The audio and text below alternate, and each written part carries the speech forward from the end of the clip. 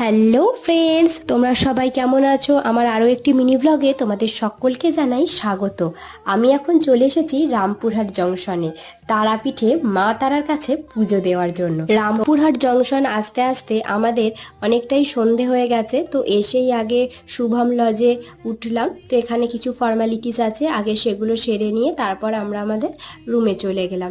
তো সেখানে ব্যাগপত্র সব কিছু রেখে একটু বেরোলাম। তবে এই যে শুভম লজ, এর সামনে একটা ডালিম গাছ রয়েছে, লাল লাল ছোট ছোট ফুলে পুরো গাছটা বেশ ভরেছিল, বেশ সুন্দর লাগছিল দেখতে।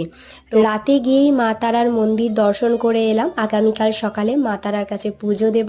তো এখানে এখনো বেশ লাইন রয়েছে পুজো দেওয়ার জন্য। ভিডিওটা তোমাদের কেমন লাগছে অবশ্যই কিন্তু কমেন্ট করে জানিও। তারাপীঠের পুজো দেওয়ার বাকি সব ভিডিওগুলো পরবর্তী শর্টসে তোমাদের সাথে শেয়ার করব।